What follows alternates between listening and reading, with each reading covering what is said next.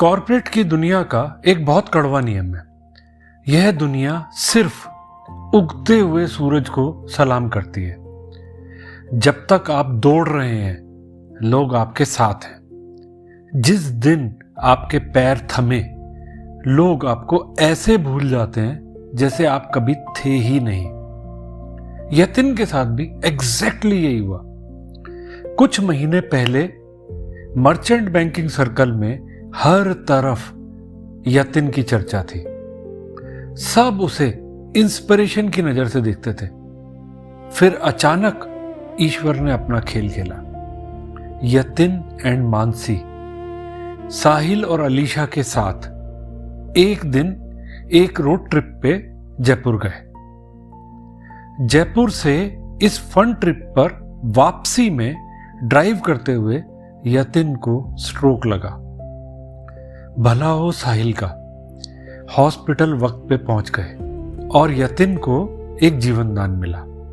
Stroke लगे 6 महीने से ज्यादा बीत चुके हैं। यतिन फिजिकली धीरे धीरे रिकवर कर रहा है। एक झटका बॉडी को लगा, उससे बड़ा झटका यतिन के दिल को लगा। कुछ महीने पहले ऐसा लगता था कि हम इतने लोगों से जुड़े हुए हैं, इतने करीबी कि आपके लिए वो कुछ भी कर दें। लेकिन जब वक्त आया, एक एक करके सब गायब हो गए। कहां गए वो सो कॉल्ड फ्रेंड्स जो हर वीकेंड गोल्फ कोर्स रोड के उनके आलीशान पेंट हाउस में महंगी विस्की के गिलास लेकर बैठते थे। पेज 3 और लग्जरी सर्कल से इनवाइट आने पूरी तरह से सूख चुके थे। इस बात का एहसास कि दुनिया मतलबी है बहुत दुख देता है। अब घर में अगर कुछ बचा था तो वो था सन्नाटा और उस आलीशान पेंट हाउस की भारी भरकम EMI और मेडिकल के अंतहीन खर्चे। उनकी बरसों की जमा पूंजी दीमक की तरह चाटी जा रही थी। लगता था जैसे सब कुछ मीनिंगलेस है। इस बीमारी ने उसके ईगो को बिल्कुल जमीन पे ला दिया था। वो अक्सर मानसी से कहता कि मानसी, ये बड़ा घर बेच देते हैं यार, किसी छोटे सादे अपार्टमेंट में शिफ्ट हो जाते हैं। मैं बस अब शांत जीवन जीना चाहता हूं। लेकिन मानसी के अंदर तो एक अलग ही आग सुलग रही थी। मानसी लग्जरी रियल एस्टेट की कंपनी में हाई एंड ब्रोकर थी। यतिन की बीमारी से उसकी जिंदगी में भी ब्रेक लग गई थी। वो रोज घटते बैंक बैलेंस को देखती, लेकिन उसके लिए यह घर छोड़ना, अपने सोशल सर्कल से बाहर हो जाना उसकी सबसे बड़ी हार थी।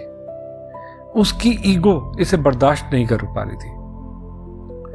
यतिन और मानसी दोनों अपने एग्रेशन और एम्बिशन के लिए जाने जाते थे। आज से लगभग 10 साल पहले उन्होंने बेडरूम में एक पोस्टर लगाया था जिस पे लिखा था to have 100 crore net worth before 40। हालांकि वो पोस्टर अभी भी वही था, लेकिन अब सिर्फ एक धुंधले सपने जैसा था। मानसी यतिन से चिढ़ के कहती थी कि तुम हार मान सकते हो यतिन, मैं नहीं। मैं इस दलदल से हम लोगों को बाहर निकालूंगी। हमारा जो 40 साल की उम्र से पहले 100 करोड़ कमाने का कंबाइंड गोल था, मैं उसे अकेले हासिल करके दिखाऊंगी। हर शनिवार की शाम को साहिल और अलीशा उनसे मिलने आते थे। यतिन के स्ट्रोक के बाद ये 2 ही इंसान थे जो बिना किसी स्वार्थ के लगातार इस घर का दरवाजा खटखटाते थे। चारों लिविंग रूम में बैठे थे, चाय के कप हाथ में थे। माहौल को हल्का करने के लिए अलीशा ने मानसी का हाथ थामते हुए बड़े प्यार और दिल से कहा कि whenever I look at you guys, I always wonder why God has done this to you guys. भगवान अच्छे लोगों को ही क्यों टेस्ट करता है? तुम दोनों ने आज तक कभी जिंदगी में किसी का भी बुरा नहीं किया। फिर मुझे समझ नहीं आता कि भगवान तुम दोनों की इतनी कठिन परीक्षा क्यों ले रहा है।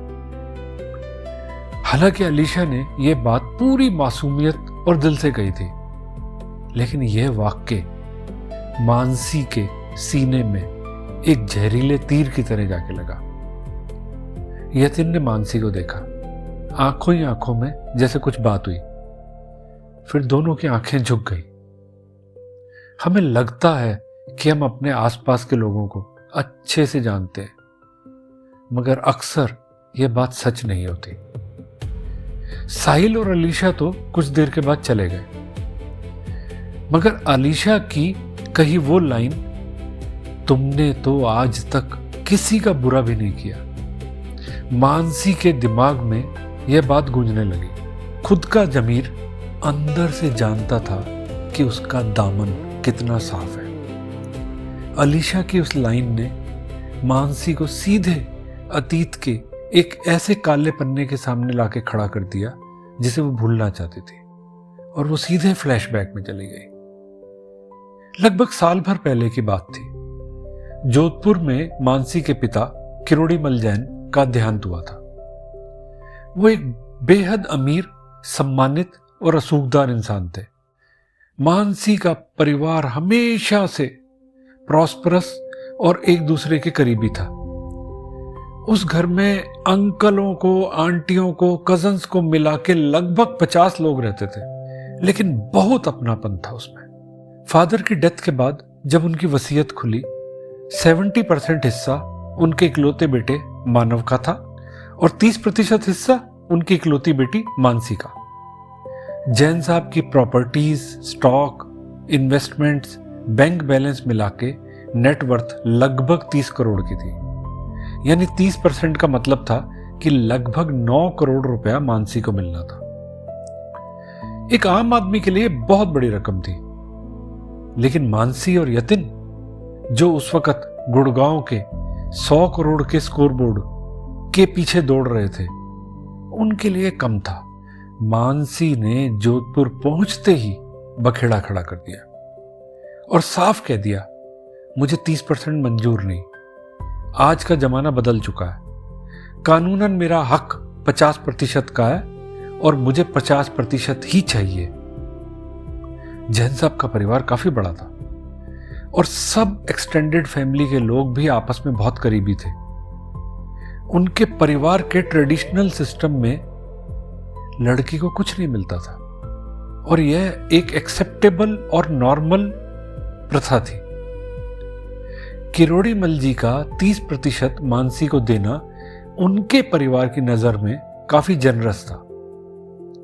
जब मानसी ने 50% मांगा तो पूरी एक्सटेंडेड फैमिली हैरान रह गई। सबने मानसी को समझाने की कोशिश की, लेकिन मानसी के भाई और भाभी, जो बहुत सीधे और पारिवारिक थे, उन्होंने घर की शांति और पिता की आत्मा के सुकून के लिए मानसी की बात मान ली। वो तुरंत 50-50% के लिए राजी हो गए। लेकिन लोभ की एक खासियत होती है, जब आप उसे थोड़ा सा देते हैं तो उसकी भूख और बढ़ जाती है। भाई को झुकता देख मानसी के अंदर का लालच और बढ़ गया, और यतिन, जिसका बैकग्राउंड इन्वेस्टमेंट बैंकिंग में था, उसके पास तो एक से बढ़कर एक लॉयर्स थे। तो उन वकीलों से कंसल्ट किया गया और उनके बताए गए तरीकों को समझ के मानसी ने जानबूझकर कोर्ट कचहरी और वकीलों की धमकी देकर प्रॉपर्टीज की वैल्यूएशन में हेरफेर और मैनिपुलेशन करना शुरू कर दिया। झूठे दावों और दबाव के दम पर उसने 50% को खींचकर 60% कर दिया। आखिरकार वो अपने सीधे साधे भाई को कानूनी चक्रव्यूह में फंसाकर कुल संपत्ति में से 18 करोड़ रुपए लेके गुड़गांव वापस लौट आई और भाई के हिस्से में आए 12 करोड़। पैसा तो वो ले आई, मगर रिश्तों की कीमत पर। इस पूरे विवाद में रिश्तों के सारे धागे टूट गए। मानव ने रोते हुए मानसी से कहा था, मानसी, तूने पैसे के लिए हमारे बचपन का मर्डर कर दिया।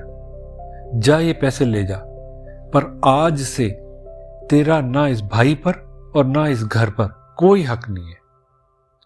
और मानव को सपोर्ट करते हुए सारे परिवार ने मानसी से संबंध हमेशा के लिए तोड़ लिए। लालच आदमी की बुद्धि भ्रष्ट कर देता है। मानसी उस वक्त 18 करोड़ रुपए लेके एक विजेता की तरह महसूस कर रही थी। आफ्टर ऑल कट थ्रोट दुनिया में इमोशंस की कोई कीमत नहीं होती। फ्लैशबैक खत्म हुआ, मानसी वापस अपने गुड़गांव के पेंट हाउस में थी। सुन्न आंखों से उसने पूरे घर को देखा। जिंदगी जब पीटती है तो अच्छे अच्छे की अकल ठिकाने आ जाती है। यतिन ने कहा, हमने मानव के साथ बहुत गलत किया था। माना कि कानून के हिसाब से तुम्हारा 50% का हक था, मगर इंसानियत के हिसाब से यह पैसा तुम्हारे फादर का था, उनकी कमाई थी। वो जाते जाते इसका क्या करें ये उनका राइट था। He decided to give you 30%. We should have gracefully accepted with gratitude. But हमने जो किया वो गलत किया, और शायद भगवान हमें इसके लिए ही सजा दे रहा है। और इससे भी ज्यादा दर्दनाक बात यह थी कि जब यतिन को स्ट्रोक लगा और वो मौत के मुंह से वापस आया, उस वक्त जब वो बुरा वक्त चल रहा था, तो जोधपुर से मानव का, उसकी भाभी का या परिवार के किसी भी एक सदस्य का फोन तक नहीं आया। किसी ने उसका हाल भी नहीं पूछा। मानसी को पहली बार उस आलीशान पेंट हाउस की दीवारों में घुटन महसूस होने लगी। आखिर ये सब करके क्या पाया हमने? मानसी, शायद ये एक अपॉर्चुनिटी है कि हम अपनी गलती सुधार लें। उस रात मानसी और यतिन बहुत रोए। दोनों ने पहली बार अपने उस लोभ के घिनौने चेहरे को आईने में देखा। यतिन ने मानसी का हाथ पकड़ा और कहा कि मानसी, हमने बहुत बड़ी गलती की। हम दूसरों की खुशियों को उजाड़ कर अपने घर में सुख ढूंढ रहे थे। हमें उस अंधी दौड़ से बाहर निकलना होगा और हमें प्रायश्चित करना होगा। मानसी रो रही थी। उसने कहा, बात समझ में आई, पर बहुत बड़ी कीमत देकर। लेकिन जानते हो ना, इस फैसले से सब बदल जाएगा। तो ये घर, ये लग्जरी कार सब बेचना पड़ेगा। तुम वापस काम पर जाओगे या नहीं, अभी तक कुछ पता नहीं है। और जो पैसा बचेगा उससे एट बेस्ट 1-2 BHK का फ्लैट मिलेगा। और शायद अगर हम खर्चा अपना बहुत कम भी कर लें तो भी हम 1 साल तक सरवाइव कर पाएंगे। यतिन ने कहा, अगर यह है तो यही सही। अब तक जिंदगी से लड़ते आए हैं, एटलीस्ट जो अब कर रहे हैं वो सही है। और कुछ नहीं तो अब सुकून से जिंदगी के साथ चलते हैं। अगले कुछ हफ्तों में उन्होंने गोल्फ कोर्स का वो आलीशान पेंट हाउस, लग्जरी कार सब बेच दिया। पेंट हाउस बेचने के बाद जो सरप्लस पैसा आया, मानसी ने उसमें से पूरे 9 करोड़ रुपए वो चुपचाप भाई के बैंक अकाउंट में ट्रांसफर कर दिए। और उसने मानव को एक छोटा सा मैसेज भेजा, मानव, ये पैसे कभी मेरे थे ही नहीं, ये तुम्हारे हक के हैं, तो तुमको वापस भेज रही हूं। हो सके तो मुझे माफ कर देना। इसके जवाब में मानव का एक छोटा सा मैसेज आया जिसमें सिर्फ 3 वर्ड्स लिखे थे कि पैसा मिल गया। रिश्ते तोड़ना बहुत आसान होता है, उनको दोबारा बनाना बहुत मुश्किल। लेकिन मानव ने एटलीस्ट जवाब तो दिया। मानसी के लिए यही काफी था। अपना सारा झूठा रुतबा पीछे छोड़कर वो दोनों गुड़गांव के एक बहुत ही ऑर्डिनरी छोटे से 2 BHK के फ्लैट में शिफ्ट हो गए। देखा जाए तो ये बहुत बड़ा झटका था, पर मन शांत था। शिफ्ट होने के बाद एक शाम साहिल अपने एक पुराने दोस्त के साथ उनसे मिलने आया। उस दोस्त का नाम था संचित। संचित यतिन का गोल्फ बडी था। संचित दरअसल एक रिटायर्ड फौजी था, स्पेशल फोर्सेस में था। कश्मीर में उसने लंबे समय तक काम किया और लगभग 3 बार he faced certain death situations during operations in Kashmir. He always cheated death and survived each time. और जिंदगी के प्रति उसका नजरिया बहुत ही एक्स्ट्राऑर्डिनरी रूप से पॉजिटिव था। नया घर छोटा था, गद्दे जमीन पे लगे थे, लेकिन हवा में एक अजीब सा सुकून था। संचित ने पूछा यतिन से कि उसका क्या हाल है। बॉस, इंप्रूवमेंट तो है, बट लेकिन फिजिकल कंडीशन में जो इंप्रूवमेंट है दैट इज वेरी स्लो। कभी मैं ठीक हो भी पाऊंगा या नहीं, और मुझे नहीं पता कि मेरा कैरियर में आगे क्या होगा। कुछ समझ में नहीं आ रहा, अंधेरा ही अंधेरा दिख रहा है। संचित ने यतिन के कंधे पे हाथ रखा और बोला, यतिन भाई, मैंने बॉर्डर पर एक बात सीखी है, जंग के मैदान में हारते वो नहीं है जिनका सब कुछ छिन जाता, हारते वो हैं जो अंदर से हार मान लेते हैं। यतिन ने कहा, पर संचित भाई, अब ना नौकरी है और ना हेल्थ। संचित मुस्कुराया, बोला, यतिन, रामायण देखी है ना? जब भगवान राम को वनवास हुआ था, एक झटके में उनका पूरा राज्य, उनका पूरा वैभव, उनका रुतबा सब छिन गया। वो जंगलों में भटक रहे थे। फिर एक ऐसा वक्त आया जब सीता को भी रावण हर के ले गया। उनके पास ना कोई सेना थी, ना कोई संसाधन, ना कोई पैसा। कोई भी आम आदमी उस वक्त में उनकी जगह पे होता तो घुटने टेक देता, लेकिन राम हारे नहीं। जानते हो क्यों? क्योंकि उनके पास एक कैरेक्टर था, चरित्र था, उनके पास एक स्किल थी और खुद पर अटूट विश्वास था। उन्होंने दोबारा नीचे से शुरुआत की, पत्थरों और वानरों की सेना बनाई और इतिहास की सबसे बड़ी जंग जीती। तुम दोनों तो पढ़े लिखे हो, हाईली स्किल्ड हो, और एज तुम्हारे साथ है, तो अब डर कैसा? इससे नीचे क्या जाओगे? अगर फील्ड में नहीं जा सकते तो क्या? जिस चीज में तुम एक्सपर्ट हो वो बैठकर करो। पहले किसी के लिए करते थे, अब अपने लिए करो। एक बार फिर से उठो और जीरो से अपनी सल्तनत को वापस शुरू करो। संचित तो चला गया, लेकिन एक उम्मीद की किरण दे गया। यतिन ने मानसी को कहा, मेरा एक्सपर्टीज फाइनेंस है और मैं लिस्टेड कंपनीज की वैल्यूएशन किसी से भी बेहतर समझता हूं, तो क्यों ना हम वेल्थ मैनेजमेंट की एडवाइजरी बिजनेस शुरू करें। लोग चाहे मुझे भूल गए, लेकिन मेरे काम को नहीं भूल सकते। और दूसरी तरफ तुम मार्केटिंग और सेलिंग में एकदम बेहतरीन हो, तो दोनों टीम की तरह काम करते हैं। वो सर्कल जो हमें भूल गया है, वो पैसे की भाषा बहुत अच्छे से समझता है। संचित की उस बात ने यतिन और मानसी के अंदर एक नई जान फूंक दी।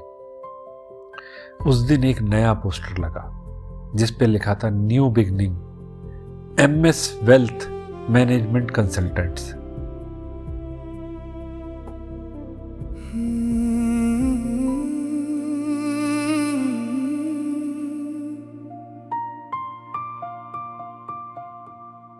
चल जिंदगी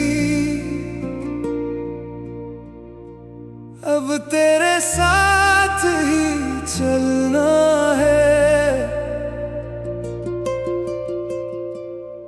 अब तक तुझसे लड़ते आए, अब सुकून से ही जीना है।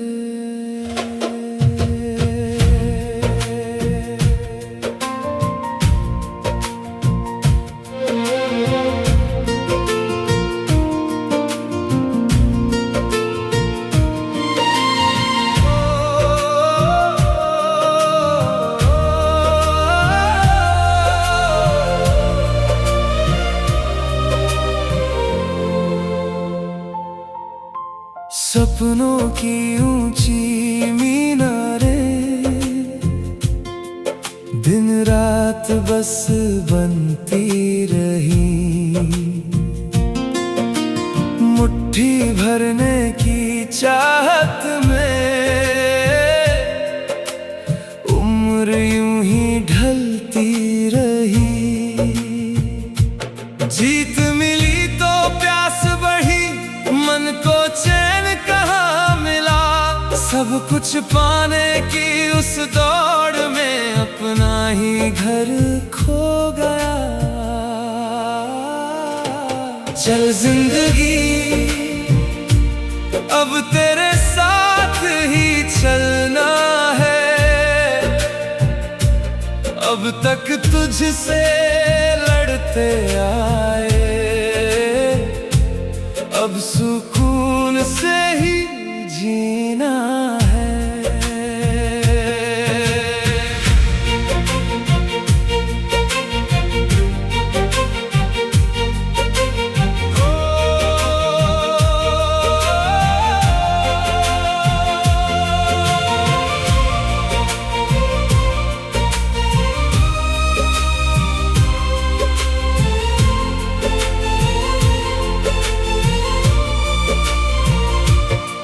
जब छोड़ा झूठा बोझ, मन हल्का हो गया। मुट्ठी खोली पहली बार तो दिल भर गया। छोटी शुरुआत साफ नियत, धीरे धीरे रास्ता बना। जो खोया था लोभ में खुद से फिर मिलना हुआ। ना दौलत से मन भरता है, ना शोहरत साथ चलती है।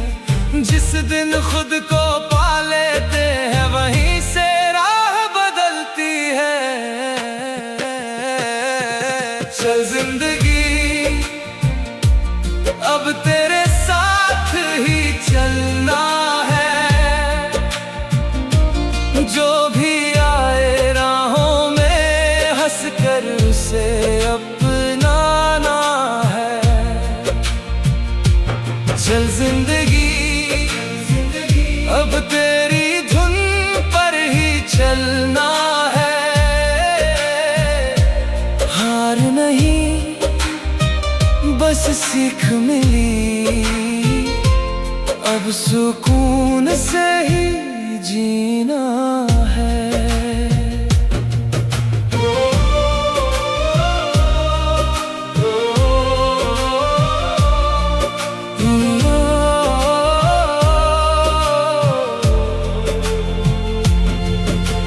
तेरे संग यूं चलते चलते दिल फिर घर सा लगता है। जो रिश्ता खुद से टूटा था चुपके से फिर जुड़ता है। चल जिंदगी अब तेरे